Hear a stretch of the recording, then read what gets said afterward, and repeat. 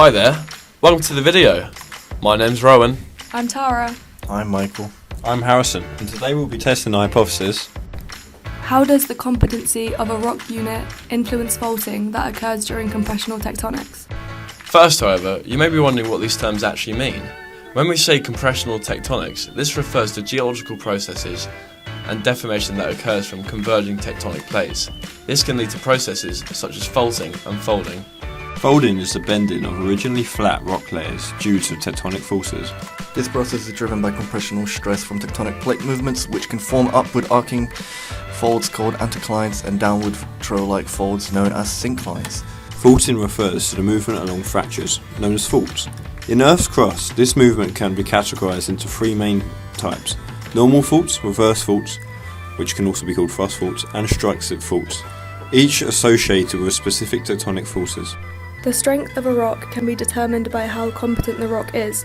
Competent rocks are strong and resistant to deformation due to factors like mineral composition, grain size, cementation, porosity, and structural features. However, incompetent rocks are the opposite and are weak and prone to deformation because they have soft minerals, fine grains, poor cementation, high porosity, and structural weaknesses. Anyway, now we've established those terms, let's move on to the practical. Here we have a wooden sandbox. The lever will be rotated and this wooden block in the middle will move to the opposite side of the box, which will simulate the compressional stress that occurs during faulting.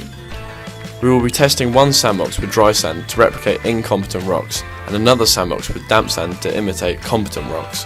First, we will be testing the dry lithologies. To keep the experiment fair, some variables were kept constant. Each layer of sand will be weighed at 1.135 kg, divided into 6 alternate layers of yellow and grey sand.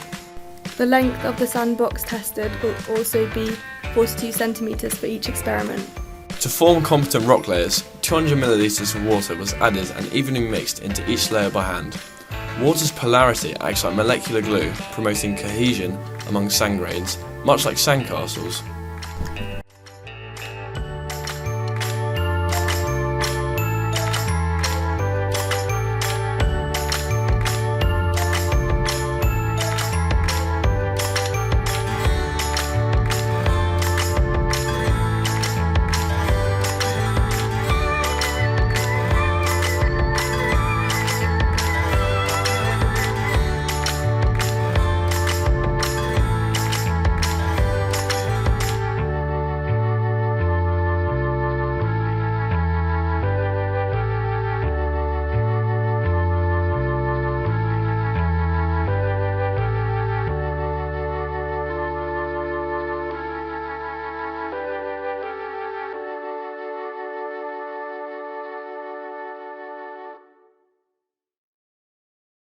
Now we have done the dry test, let's conduct the wet test simulating a competent rock.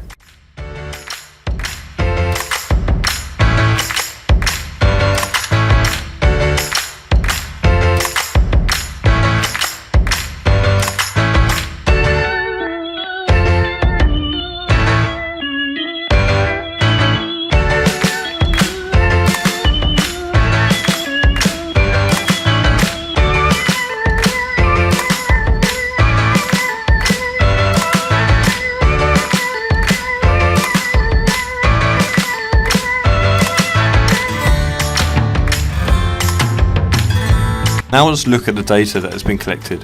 Our data has been separated into two tables that have been simplified into three different graphs showing wedge length against thickness, number of faults against shortening, and the effects of faults on dip angles. The graph compares fault occurrence with shortening under dry and wet conditions. The wet sand depicting the competent rock, indicated by the green line, displays a sharper gradient than the dry sand showing incompetent rock, indicated by the blue line, implying greater faulting with the same shortening. The red area indicates inaccuracies where contact with the end of the sandbox altered our data. This graph highlights the correlation between wedge length and maximum thickness under dry and wet conditions. Similar to the other results, the wet condition displays a pronounced yield behaviour change, with thickening in response to increasing length, whereas the dry condition follows a lesser trajectory. In the competent rocks, cliffs formed due to their cohesive strength, whereas the incompetent rocks formed debris slopes as they had less strength.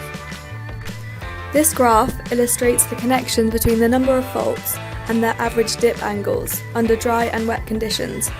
Faults that occur in incompetent rocks form around 30 degrees, whereas faults occurring in competent rocks form around 40 degrees. The lower gradient of the competent rock was caused by backthrusts.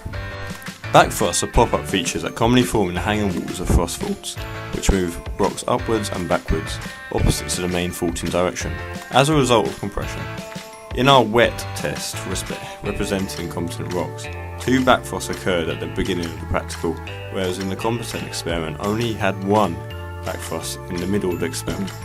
In conclusion, the graphs illustrate significant difference between fault occurrence, wedge length, and fault characteristics under dry and wet conditions.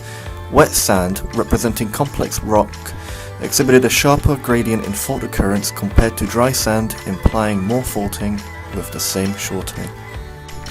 Also, wet conditions showed pronounced thickening with increasing wedge length, while dry conditions displayed a lesser change. Faults in competent rocks formed at steeper and larger angles than faults in the incompetent rocks, indicating higher shear stress conditions. Overall, the predominant difference is the rate of faulting in competent rocks was 50% higher than the rate of faulting in incompetent rocks.